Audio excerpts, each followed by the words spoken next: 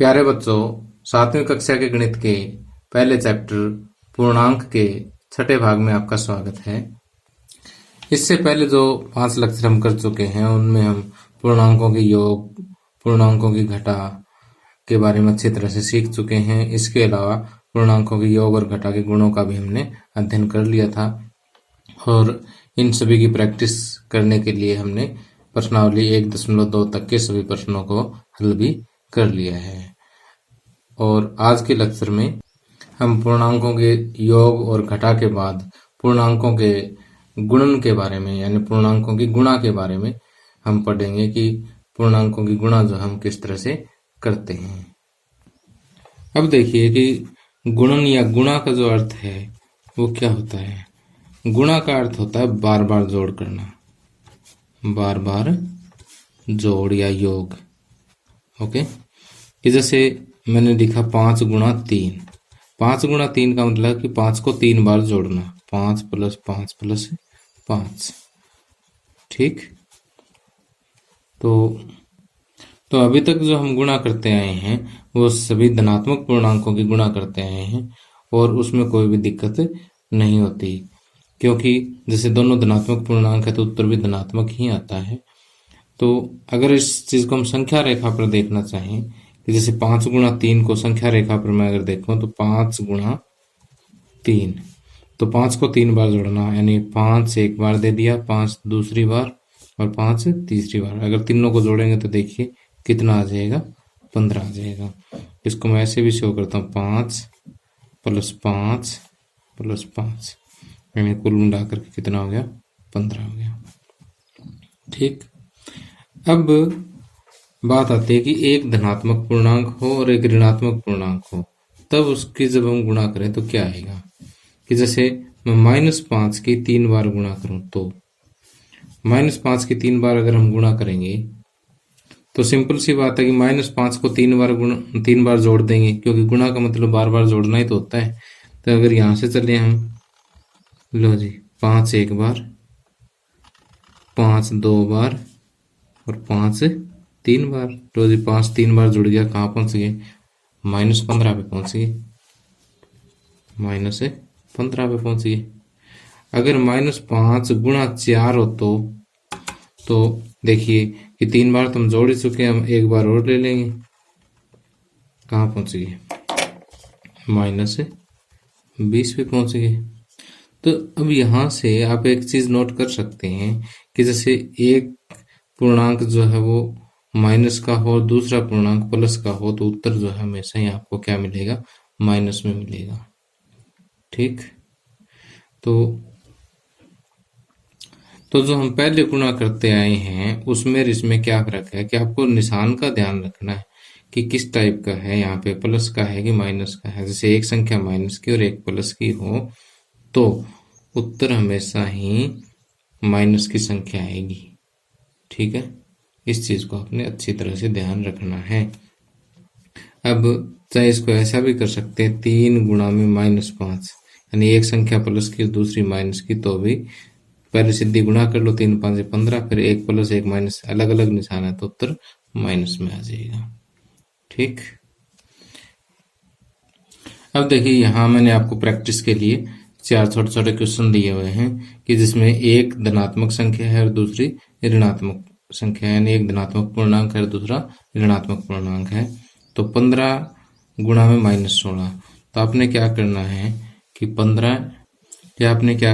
15 और 16 की पहले सीधी गुणा कर लो बिना निशान के, 15 गुणा में 16। ठीक, तो 16 5 80, यहाँ से 8, 16 1 16 8 24, ये आ गया 240।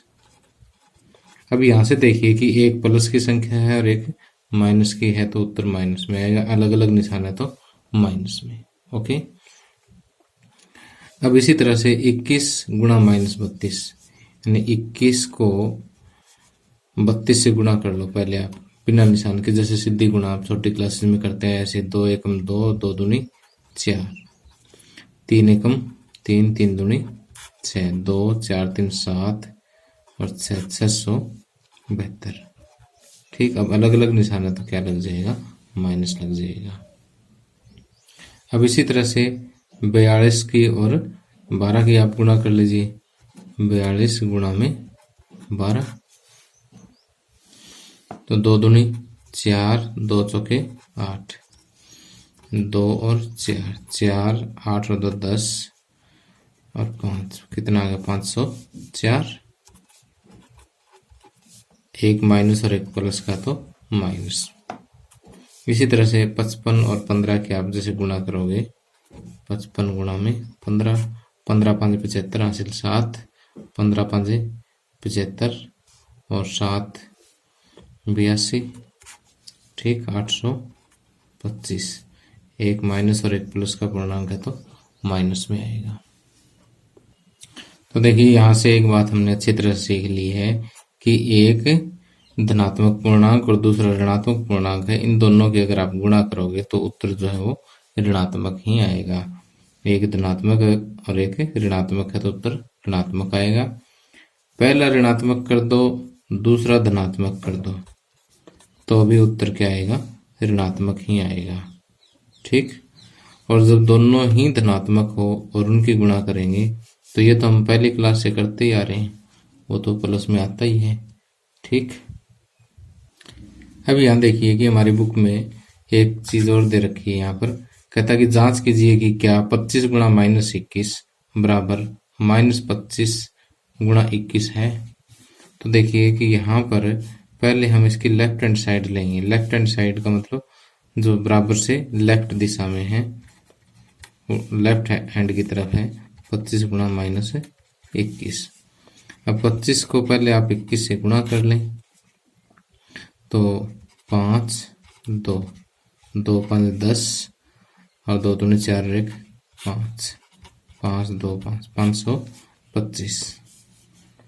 तो ये आ जाएगा 525, लेकिन एक प्लस और एक माइनस है तो अलग अलग निशान है तो गुणा जो है माइनस में आ जाएगी।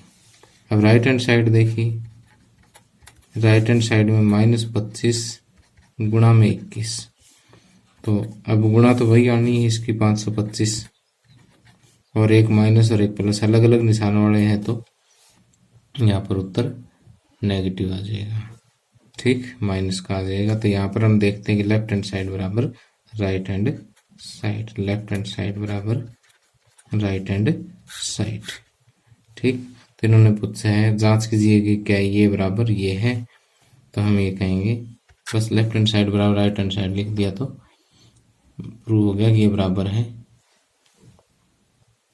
और इसी तरह से बी पार्ट में आप लोगों के लिए छोड़ रहा हूं, ये आप लोगों ने खुद ने करना है।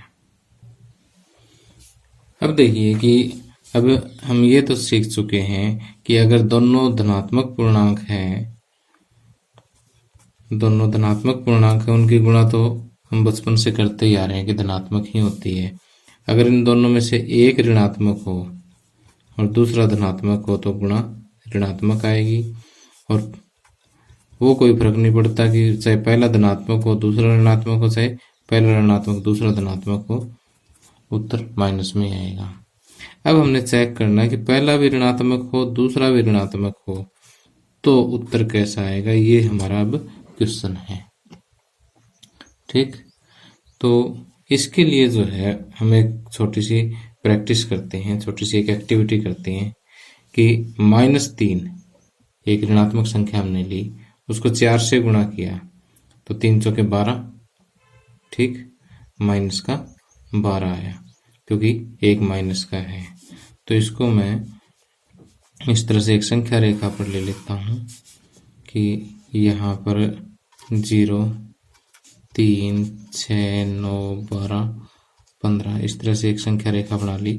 इस साइड -3 -6 -9 -12 -15 ऐसे। ठीक, तो पहले जब मैंने 4 से गुणा किया इसको तो -3 को 4 से 1 2 3 4 तो यह है -12। ठीक, अब -3 को 3 से गुणा करूंगा तो 3 3 9 माइनस का 9।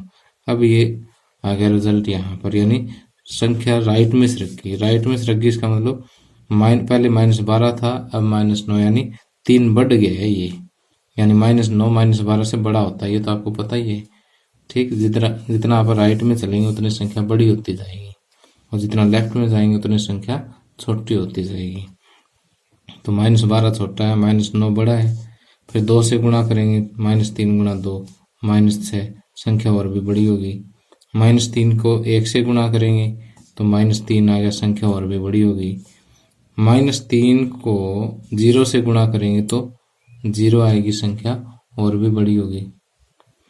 अब देखो, 4 से गुणा किया तब छोटी थी, 3 से किया तो बड़ी होगी, 2 से किया तो और बड़ी होगी, और 1 से किया तो और भी बड़ी होगी, 0 से किया तो और भी ज़्यादा बड़ी होगी संख्या। ठीक, अब 0 से छोटा क्या होता है? -1। तो पहले कितना कितना बढ़ता आ रहा था कि -3 में पहले यहाँ 3 प्लस हुए, माइनस ये 3 प्लस हुए थे, फिर 3 प्लस हो गए, फिर 3 प्लस हो गए, फिर 3 प्लस हो गए। ठीक, यहाँ तक पहुँच गए हम। तो यानी हर बार क्या है कि 3 जुड़ते जा रहे हैं, हर बार 3 बढ़ते जा रहे हैं। कि यहाँ हमने 4 3 2 1 0 छोटा करते गए, इधर से रिजल्ट इसका बढ़ता गया। अब 0 से भी छोटा क्या है? -1 है। -1 से जब हम गुणा करेंगे तो नेचुरल सी बात है, यहाँ पर भी 3 बढ़ जाएंगे, और 0 में 3 बढ़ेगा तो उत्तर कितना आएगा? +3 आएगा। ये देखो यहाँ पर। ठीक, और फिर -1 से भी छोटी संख्या यानी -2 लेंगे तो फिर 3 और बढ़ जाएगा, 3 + 3 अब कितना आ जाएगा? 6 आ जाएगा। ठीक, तो यहाँ पर कहने का मतलब ये है कि यदि दोनों पूर्णांक ऋणात्मक हो तो उत्तर जो है वो धनात्मक आता है। यहाँ पे -3 गुणा -2 +6 आएगा। ठीक, यानी दोनों संख्या जब माइनस की हो और उनकी जब गुणा की जाती है, ध्यान रखना गुणा की बात करें, जब इनकी गुणा की जाती है तो उत्तर धनात्मक आता है। ठीक, अब मैं एक बात आपको बहुत अच्छी तरह से क्लियर करवा देता हूँ, जहाँ मोस्टली बच्चे गलतियाँ करते हैं कि जैसे हमने देखा कि -5 गुणा -6 दोनों संख्या ऋणात्मक है तो उत्तर प्लस में आएगा, 5 × 30। ठीक, तो अब रूटीन में बच्चे ऐसे बोलते हैं माइनस माइनस प्लस, तो वैसे माइनस गुणा माइनस प्लस होता है ये। ठीक, अब पहले हम योग के सवाल कर चुके हैं, -5 प्लस में -6। ठीक, अब कई बच्चे यहाँ पर भी माइनस माइनस प्लस कर देते हैं, जो कि गलत है। ठीक, यहाँ पे तो आपने वही पुराना प्लस वाला नियम लगाना है कि -5, ये दो निशान अलग अलग है तो नेगेटिव -6। अब माइनस का 5 और माइनस का 6 जोड़ना है, तो जोड़ना है तो ये अब वो गोटियां अपने दिमाग में लेके आओ कि -5 और -6 -11 हो जाएगा। तो योग के नियम को यानी गुणा के नियम को योग के नियम के अंदर मिक्स नहीं कर देना है किसी भी सूरत में। ओके, तो जब आपस में गुणा की जाती है तब दो ऋणात्मक पूर्णांकों का उत्तर जो है वो प्लस आता है। अगर सिंपल है, ऐसे बीच में कोई गुणा वगैरह का निशान नहीं है, कोई ब्रैकेट नहीं है, तो माइनस माइनस वाले जुड़ जाते हैं। ठीक, और उत्तर माइनस में ही आता है, ध्यान रखना इसका। ओके, अब देखिए कि थोड़ी सी प्रैक्टिस के लिए हम कुछ क्वेश्चन और करते हैं कि -31 गुणा में 100, 31 को 100 से जब आप गुणा करोगे तो 3100 आएगा। अब दोनों ही सेम निशान है तो उत्तर प्लस में आएगा, यानी माइनस गुणा माइनस प्लस।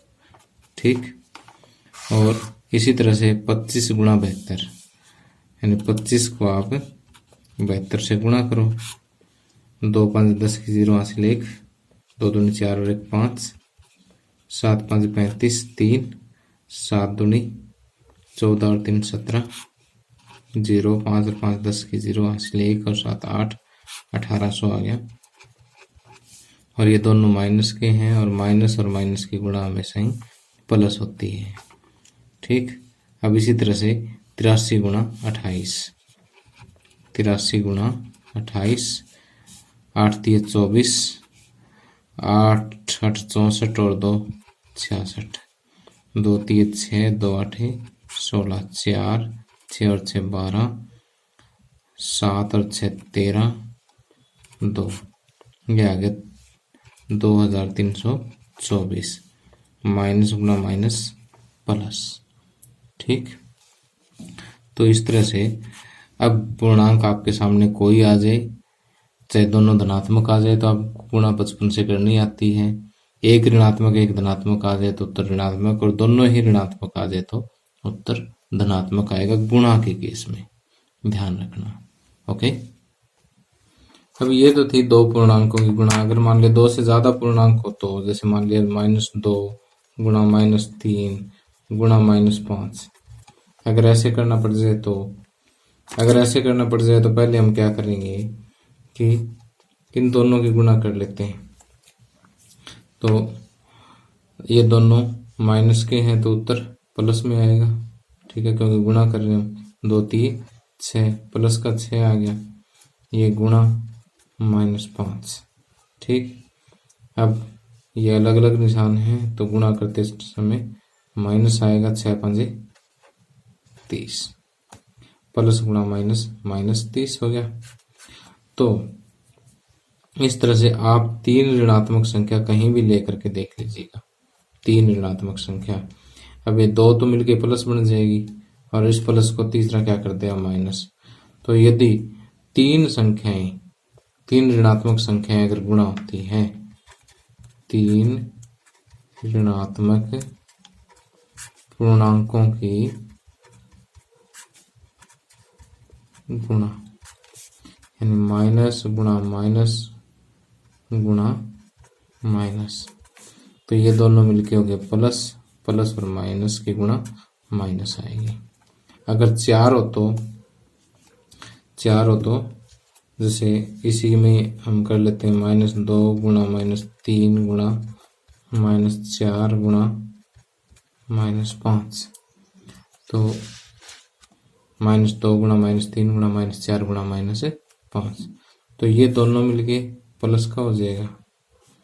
ठीक, क्योंकि दोनों नेगेटिव गुणा करेंगे तो 2 3 6, और ये 4 5 20, माइनस गुणा माइनस प्लस, और प्लस की गुणा आपको पता ही है, प्लस ही आता है, 20 6 120, प्लस का आ जाएगा। तो यदि 4 ऋणात्मक पूर्णांक है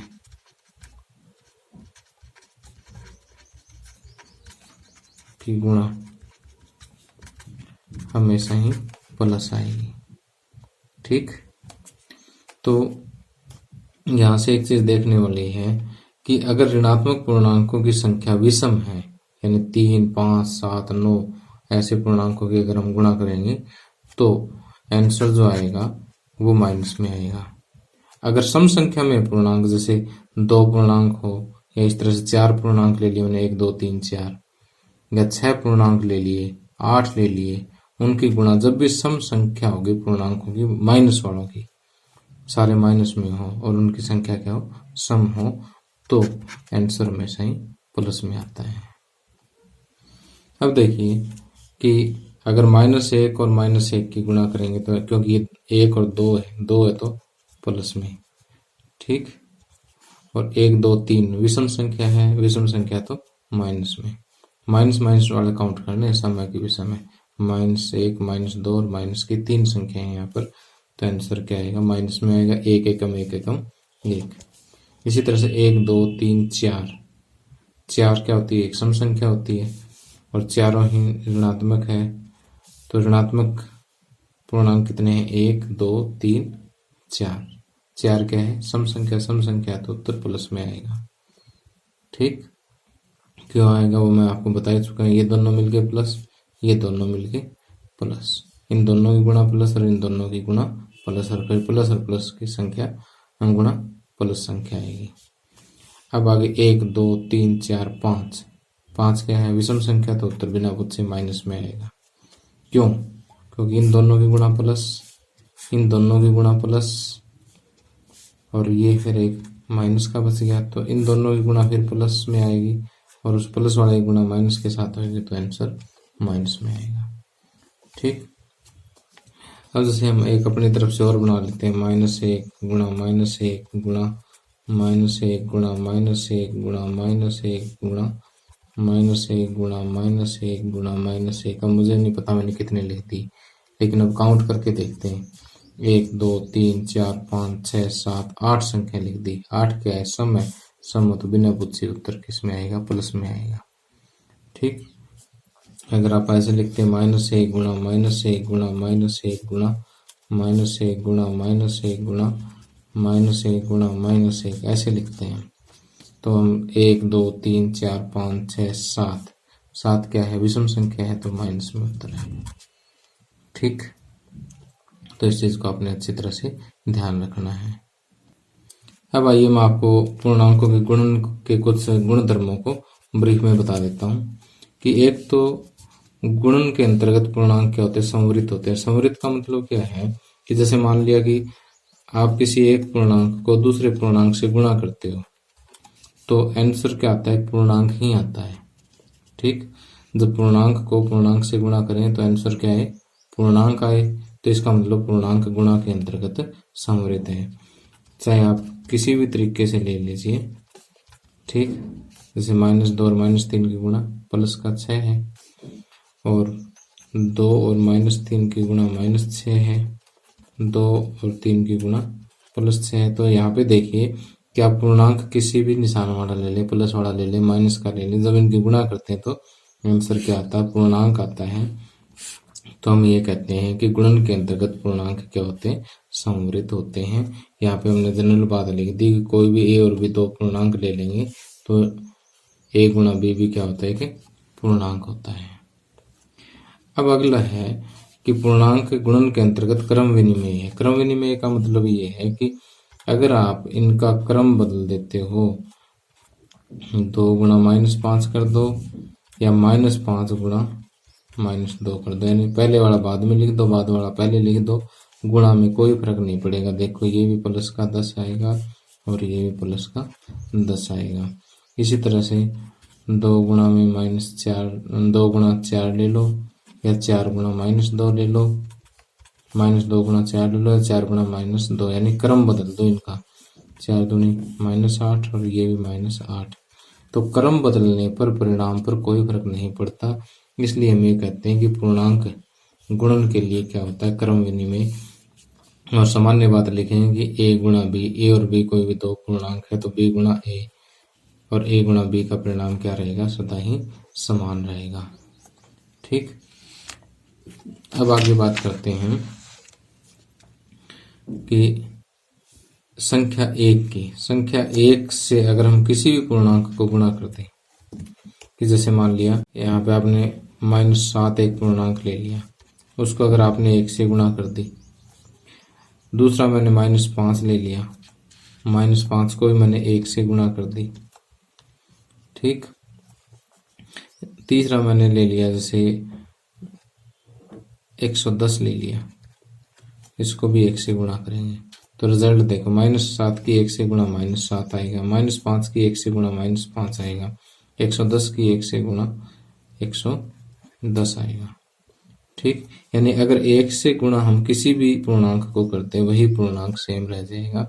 इसलिए हम ये कहते हैं कि 1 जो है वो क्या है? गुणात्मक तत्समक है। गुणात्मक तत्समक। ठीक। यानी जिससे गुणा करने पर पूर्णांक जैसा है वैसा वैसे ही रिजल्ट में रह जाएगा। इसको आप उल्टा भी लिख सकते हो कि -7 है, 1 गुणा में -7 कर दो तो भी कोई बात नहीं, यानी एक की बाद में गुणा करो, पहले गुणा करो, आपकी मर्जी है, परिणाम वही रहना है। ठीक। तो इसके लिए अगर हम सामान्य बात करें तो सामान्यतः हम ऐसे लिख देते हैं कि 1 गुणा ए बराबर 1 गुणा 1 है। इसलिए 1 क्या है? गुणात्मक तत्समक है। ठीक। और पूर्णांकों में शास्त्रीय गुण का पालन होता है। शास्त्रीय गुण का मतलब है कि यदि 3 पूर्णांक है हमारे पास, कि a गुणा बी गुणा सी, अगर इस चीज को सोल्व करना है, ठीक, तो पहले चाहे दो पूर्णांकों की इनकी गुणा कर लो, फिर जो इनका उत्तर आए उसको सी से गुणा कर दो। चाहे पहले बी और सी की गुणा करके यहाँ लिख लो, और जो इनका उत्तर उसको ए से गुणा कर दो। दोनों ही केस में कोई फर्क नहीं पड़ता। तो अब देखिए कि शास्त्रीय गुण के लिए हम एक उदाहरण और ले लेते हैं कि जैसे 3 या -3 ले लो, -3 गुणा 5 गुणा -8 ले लिया। ठीक, तो -3 गुणा 5 गुणा में -8, माइनस वाली संख्या जब गुणा करते हैं तो ब्रैकेट लगा देते हैं ताकि माइनस और गुणा का निशान बिल्कुल साथ साथ ना रहे। अब शास्त्रीय गुण के अनुसार पहले इन दोनों की गुणा करो या इन दोनों की करो, कोई फर्क नहीं पड़ना चाहिए। चेक कर लेते हैं कि 5 3 15, माइनस गुणा प्लस माइनस, माइनस का 8, माइनस गुणा माइनस प्लस 15 8 120।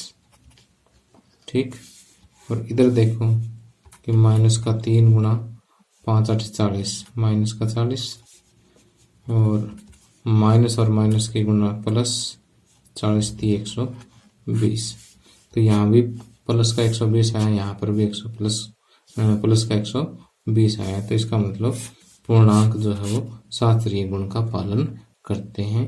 आप जो है किसी भी तरह से इनकी ग्रुपिंग करके गुणा कर सकते हो अगर बीच में सारे गुणा के निशान हैं तो। अब एक आता है वितरण गुण। कौन सा गुण है? वितरण गुण। वितरण गुण में क्या होता है कि यदि मान लीजिए कि मेरे पास एक कोई पूर्णांक है -3 और इधर मेरे पास पूर्णांक है -2 प्लस में 5, कुछ ऐसा है।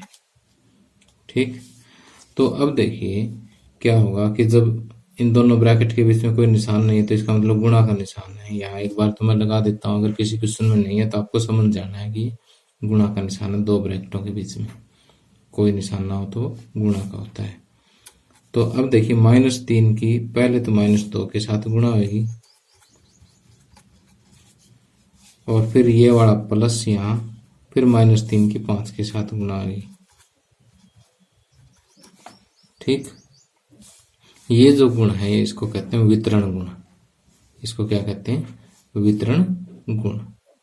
और अगर कहीं पर ये दिया हुआ है कि -3 गुणा -2 प्लस में -3 गुणा में 5, तो आप इसी ऑपरेशन को उल्टा भी कर सकते हो कि -3 यहाँ है, -3 यहाँ है, बीच में प्लस का निशान है या बीच में माइनस का निशान हो, तो अभी दोनों ही केस में क्या होता है कि देखो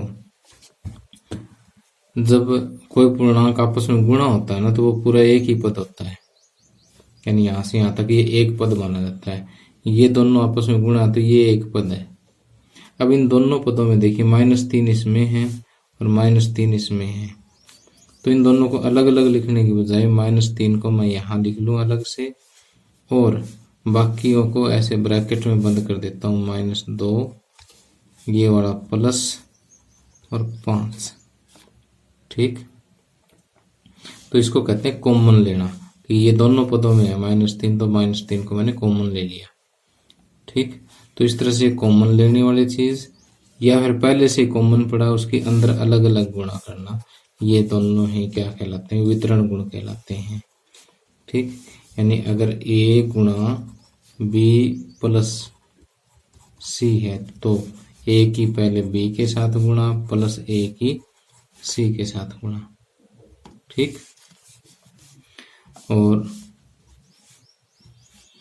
अगर a गुणा b प्लस a गुणा c है तो मैंने देखा कि इस पद में और इस पद में दोनों में a है, तो a को मैंने पहले से बाहर ले लिया, b प्लस में c। ठीक, यानी ये दोनों तरफ से मैं वितरण गुण लगा सकता हूँ और इस वितरण गुण का बहुत ज़्यादा प्रयोग है, याद रखना। तो इसको ध्यान से समझना। अगर नहीं समझ में आया तो हम आगे जब क्वेश्चन करेंगे जब यहाँ आएगा तो मैं आपको याद दिला दूंगा। ठीक, एक बार जितना समझ में आ गया दी बेस्ट है।